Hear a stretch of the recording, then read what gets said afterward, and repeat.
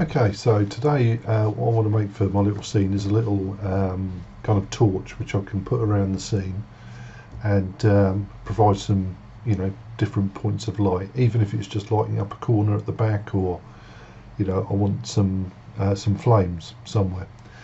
Okay, so let me hide out the current models, and in object mode I'm going to what we're going to do, I'm going to click add.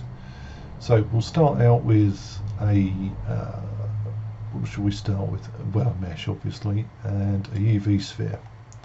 There we go. And on that sphere, what I'm going to do is cut the top off, because that's just going to form like a bowl for me. And then I'm going to extrude the bottom out. So let's go into edit mode. So tab or use the menu like I did. I'm going to go to front view and turn X-ray on, and then drag box over the top and delete it.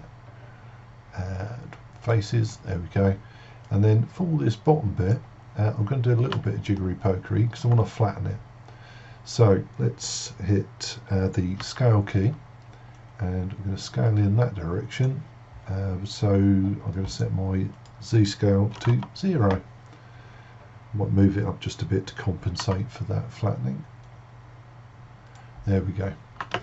Now the reason I did that is because if I just extruded it from that point, it would extrude kind of out in a cone opposite to the way I want it.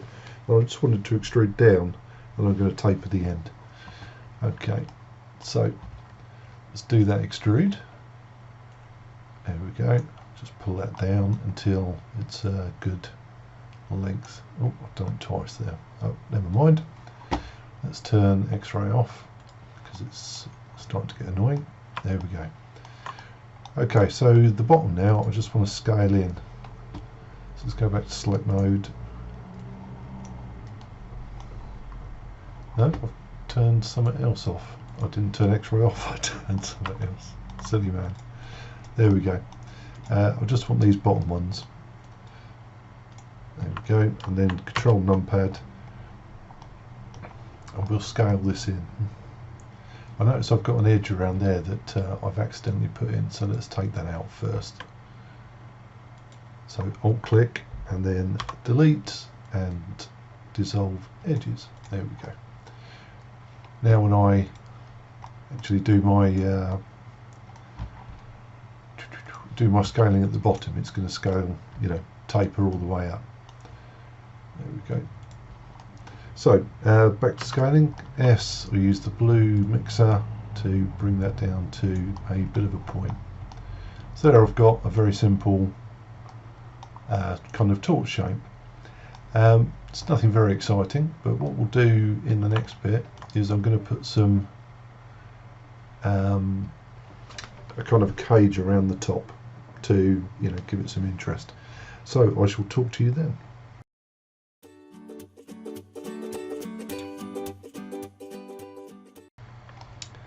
Okay, so I've just to save you the boredom of watching me doing it, I've pre-selected the polygons around the outside that I'm going to duplicate. So we'll press Shift D on those, and it will duplicate them for me. And I'll right click to place them back exactly where they started.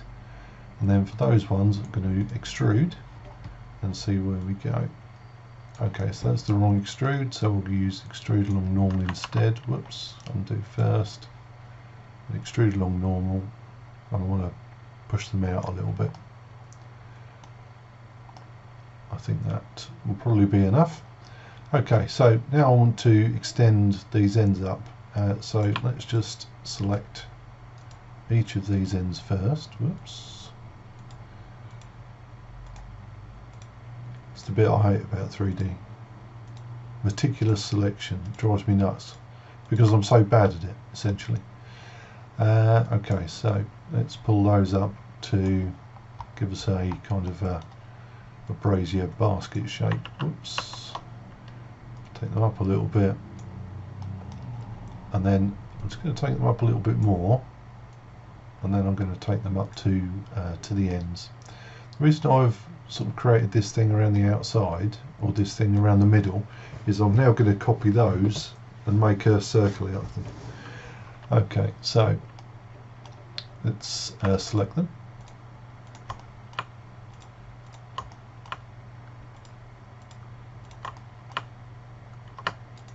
Again, particular selection drives me nuts. There's probably a better way of doing it. It's probably a much easier way of doing it. I just don't know what it is. Okay, so I will Shift D on those and then right click to place it where I want. And then I want to hide everything else, so Shift H. Okay, so all I really need to do here is start to bridge some pieces together. So if I select two ends here and press space and type in bridge, it will give me the bridge loops, and then I can keep pressing space, and because it's kept it for me, I can just click the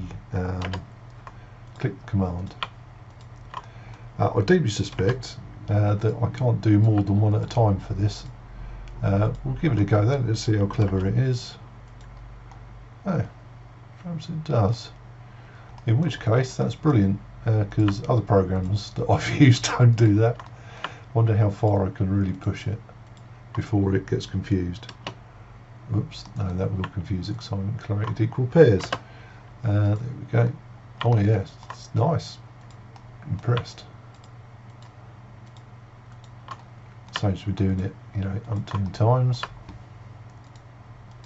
I'm so used to it not being, or you know, to programs not being able to do it, that I don't even try some things sometimes. So that'll be a lesson to everyone. Okay, so with that done, I'm going to go into my face select, put on the X-ray mode, select everything, and then we're going to extrude out again. Whoops, not inwards, outwards, just a little bit. There we go. Let's turn X-ray off, and then Alt-H to unhide everything. And now I've got a nice little ring around the top. Lovely. I have a feeling that I might have, I've either overdone the top or underdone the bottom. I'm going to go for the easy route and say that I've underdone the bottom. So I'm just going to select all the polys on that bottom little plane and use G and move those down. There we go. Okay, so when we come back, we're going to do some a little bit of work. I'm going to put a little sort of fake interior into this cup. Might shape the this shaft a little bit because it's a bit dull, and yeah, we'll see where we go from there.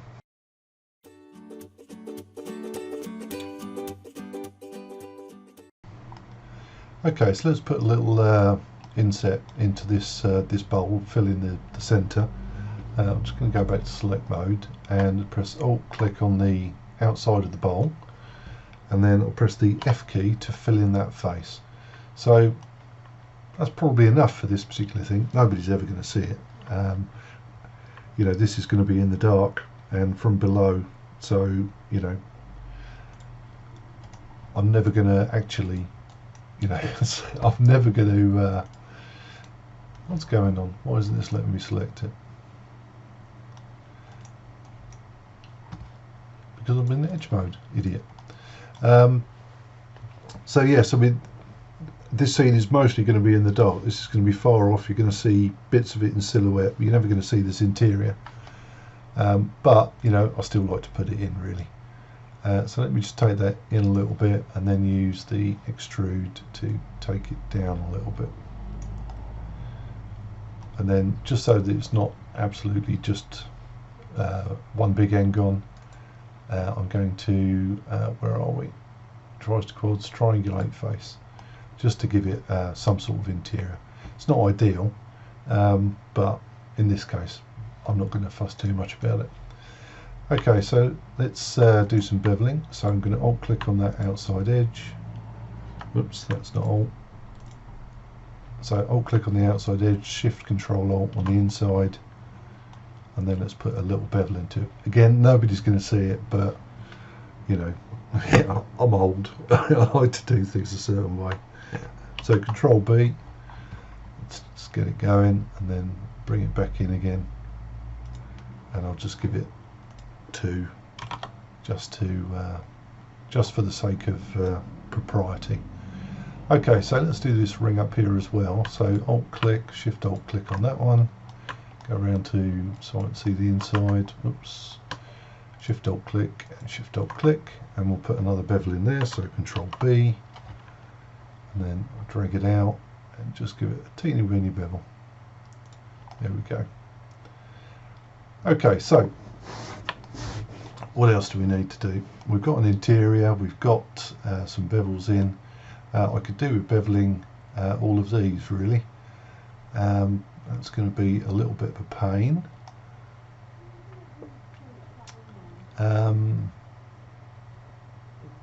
Yeah, this is where you start to sort of question, you know, just how much should I bevel?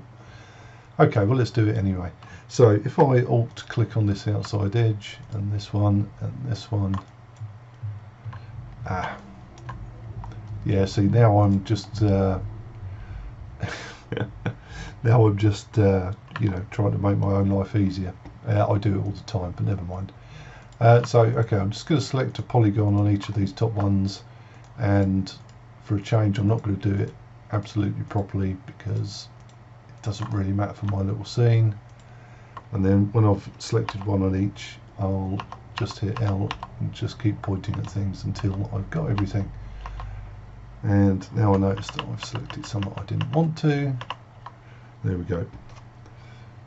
So L, actually easier way to do it is just Shift Control plus, and I missed one. There we go, Control plus.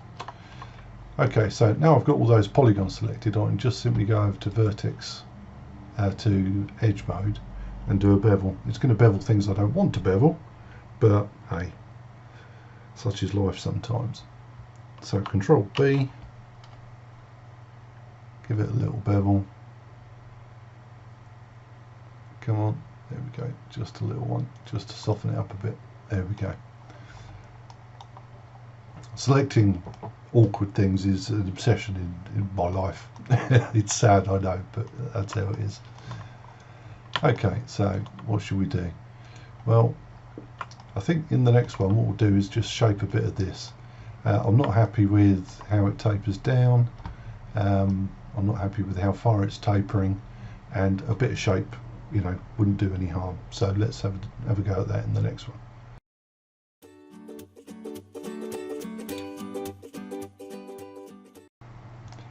Okay, so let's select the bottom of this first. So I'll go back to selection mode and just right box click over that bottom bit. Easier in X-ray mode because it doesn't select anything around it. And then I'll press the S key just to expand that out a little bit. There we go, that's a bit better. Okay, so what else can we do? We can add a little kind of bowl under here to give us a transition. We could put a little rim in. We could do almost anything we want. Before I do that, however, what I do want to do is put a bit of a slice in here so I can have like an iron ring to attach, you know, to a wall. So let's do that with a quick slice. So if I slice in there, just move up, and then slice again and move that up, and then we'll bevel this out. Whoops, meant to switch over to select there. So Alt click on those polygons to select the loop, and then we'll bevel, extrude outwards. There we go. So now I've got something that I can, you know, attach to a wall in, you know, some way, shape or form. And it actually looks like, you know, it's a wooden thing sitting in an iron kind of, an iron piece. Well, maybe wooden, maybe it's all iron, I'm not sure yet, I haven't decided. Okay, so back to a bit of beveling again, because I hate to leave an edge unbeveled. So Alt click, Shift Alt click there, Shift Alt click and Shift Alt click, and then Control B, pull it out and then ease it back in. Whoops, in this case, there we go.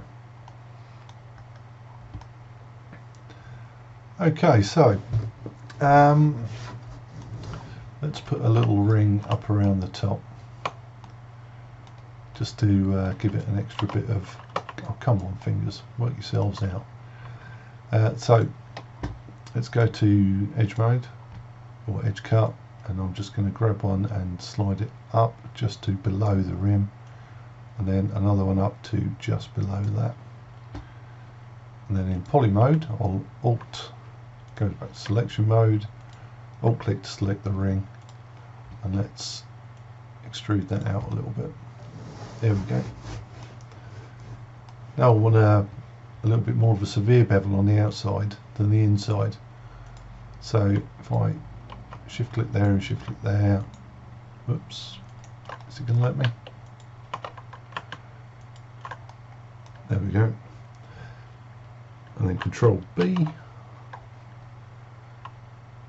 I seem to have far more. Oh, I've just gone too far. There we go. Do quite a soft one on the outside, and then Alt click there, Shift Alt click there, Control B again to bevel, and then I'll just put a teeny tiny one in there. There we go. And you could take it further if you wanted. You could go all sorts of ways. I want to keep this fairly simple because, you know, as I said, in this particular scene, it's going to be there, but nobody's going to see it too closely. Okay, so now I want to attach this to the wall.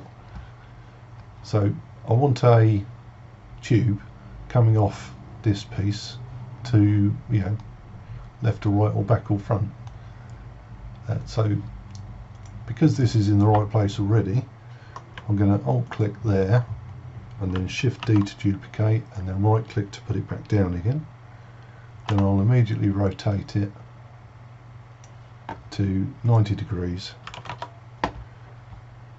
and scale it on the green mixer to come down a bit. There we go.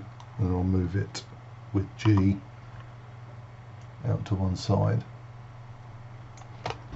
and then I can grab this end, oops, in edge mode with an Alt click, and I can move that as far away as seems sensible. Now at some point in time I'm going to want to line these up because this I'm going to rotate so that the bottom is up against the wall. So I don't want to go too long with this, because, you know, at some point in time you're not going to get there. It's, you know, no matter how much you rotate it. So I'm not going to go too far out with that. Okay, so now I'll press F to fill that in, and then we'll select that and use our extrude to bring it the other way a bit. Come on the other way. I'm just going to make a thin plate around here. So Alt and click to select the loop, and then I'm going to extrude that out again to give me a, you know, plate that looks like it's going to be nailed to something. Whoops, that will do. Okay, so nobody's going to see the back of this, or nobody should see the back of it. So I'm going to select that one and Control numpad plus and delete those faces. And because this is going to be going into a pillar, it makes it slightly awkward, because, you know, it shouldn't be flat really. There we go. So I'm going to make this smaller to make it more sensible. So let me scale that down.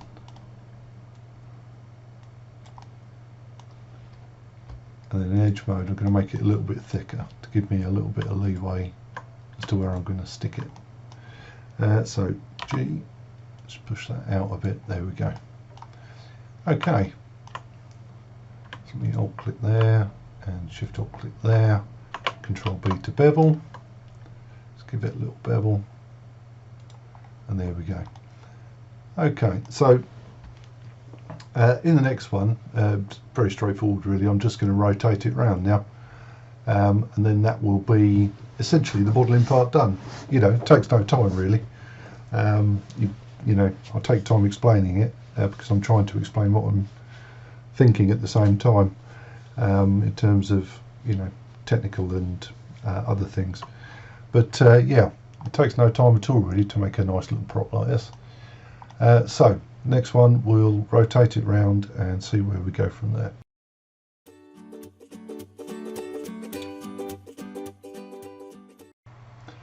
Okay, so I mean this is just straightforward really.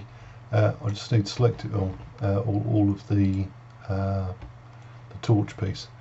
So I've gone into X-ray mode and just box clicked over the top, and then I'm going to press L to select the rest of it, and then I'm going to get into side view, and I want to start to rotate it. So let's rotate R, and I want to rotate it so that the back of this, let me zoom in, the back of this piece is level with this. So I've rotated it, but obviously it's not. So it's 3 points away from this major line here. So now I'm going to just press the W key, not W, sorry, G key, to move it out a little bit.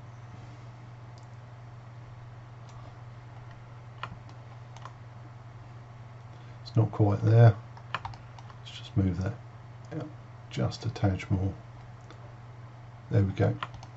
Okay, so I can see that, you know, my little pole thing is too long, even though I worried that it might be, you know, too short, or, you know, one way or the other. So I'm just going to move it backwards so that it's in there.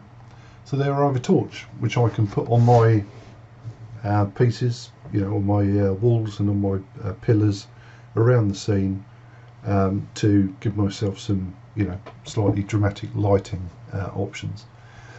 So we ought to UV it, so we'll do that in the next video, and then that will be it for this one. But I will do a second video where we put an actual flame sim in it to make it really pop.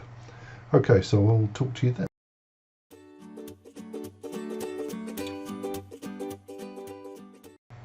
Okay, so everybody's favourite bit, UVing, so I'll turn X-ray mode off and we'll start to define some seams. The only real complicated bit of this is up here, and that's because there's a lot to do, but I'm going to cheat and we'll see what it looks like. Okay, so I'm in edge mode, so I'm going to start to alt click and then shift alt click to select some edges. So I'm taking the face off here, and we'll do the same on there, and then we'll right click and mark seam.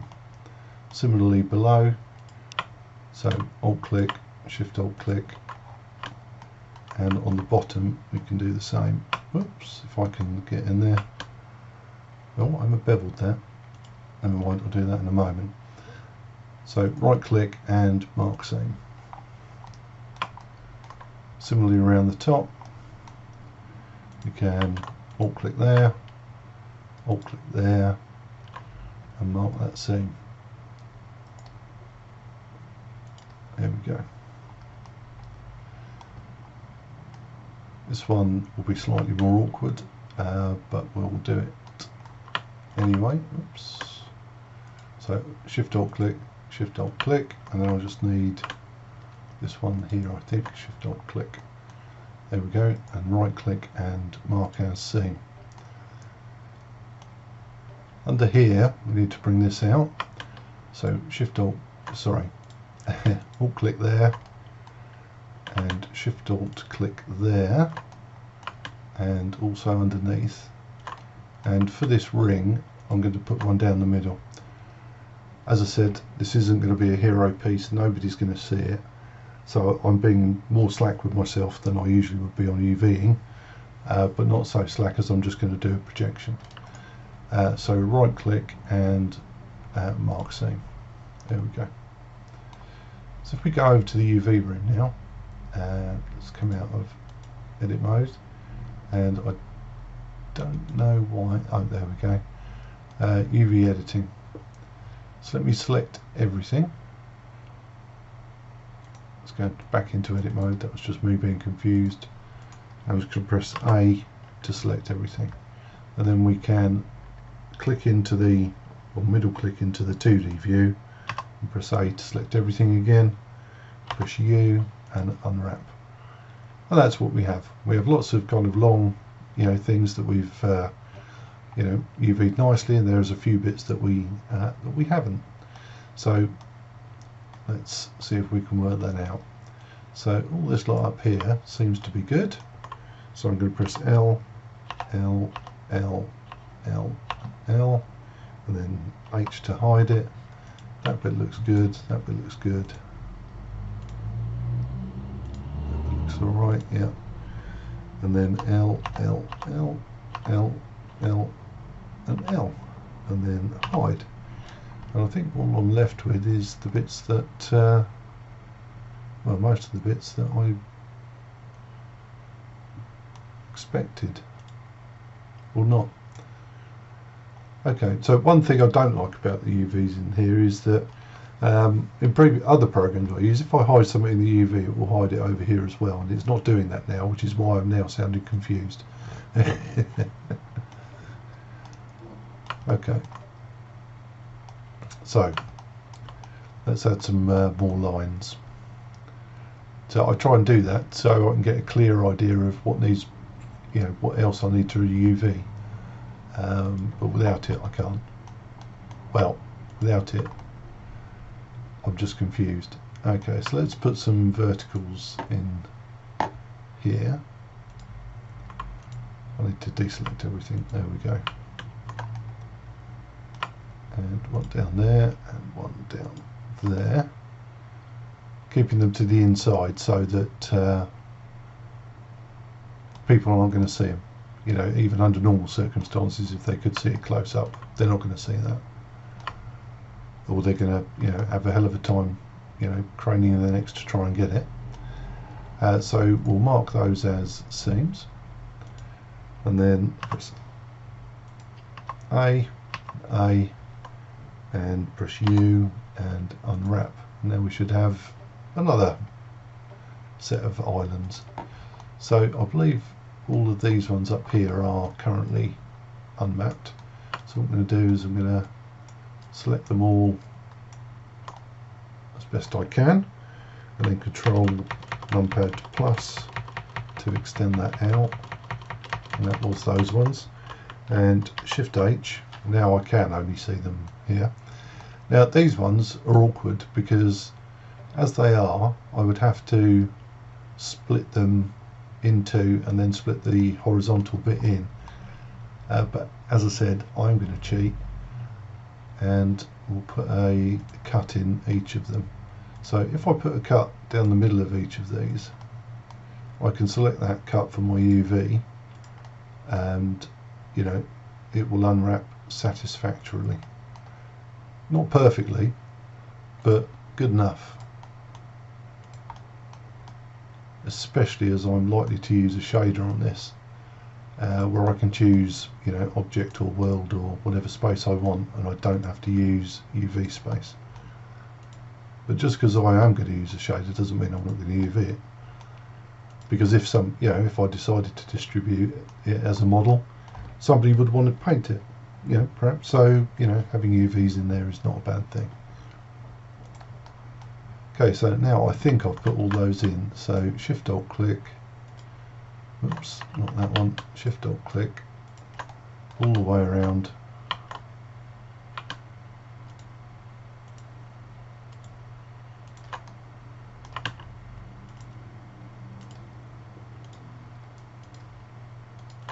until I've got round to the other side.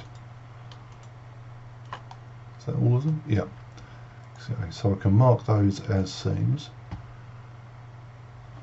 and then press A to select everything over here, and then A over here to select everything, and then right click unwrap. And now they're not perfect. There's some distortion to them, but it's better than and considerably quicker and considerably more space efficient to split them down the middle and do it that way. Okay, so let's unhide everything. So set Alt H, and then I'll select everything over here and pack it in just to see. So let's where's pack on? It's there. So I'm just looking at the islands that look misshaped, and it's this one that's the concern. So let's press L on that one and we'll see what we can do. I think there's a seam in it, but it's not long enough. I think it needs to encompass those. So if I shift H, go into edge select, it's just this one here, I think. So if I can right click on that and mark it as a seam, that would be awesome. Doesn't look like it's an option there. Nah, don't tell me I have to find it over here. That would be awful. Let's have a look. I think I can spot it. No, I cannot spot it.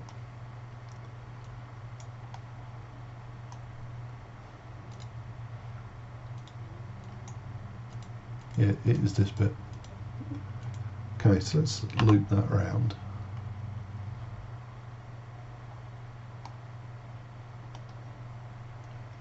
There's something at this end that's not quite right, but if I've got my, yeah, there it is. Look, I've got, I'm a little bit too low on one of them, so I just need to add this this little point here. Okay, so let's select that one and right click and mark as seam. I'll select everything again, and the same over here, right click and unwrap, and now everything's lovely. Okay, good stuff. Right, so that's my UV mapping for this one. I'm not going to mess around with orientation and all that stuff. All I'm going to do is remember to put my bevel in down the bottom. Okay, so sorry that last bit was a bit long and boring. It's one of those things. UVing can be really annoying at times. It's possibly everybody's least favourite thing. However, you know, it can make a difference. It can make a real difference. See, I've got now two seams here. I'm just going to Alt select that one, right click and clear the seam, and then we'll do another unwrap. There we go. So A, right click, unwrap. There we go. Job done. Okay, so that's that done. It's just a quick one, really. Nothing particularly exciting. In a future tutorial, I'm going to put some flame into that that brazier to to make it pop. So I will talk to you in another set.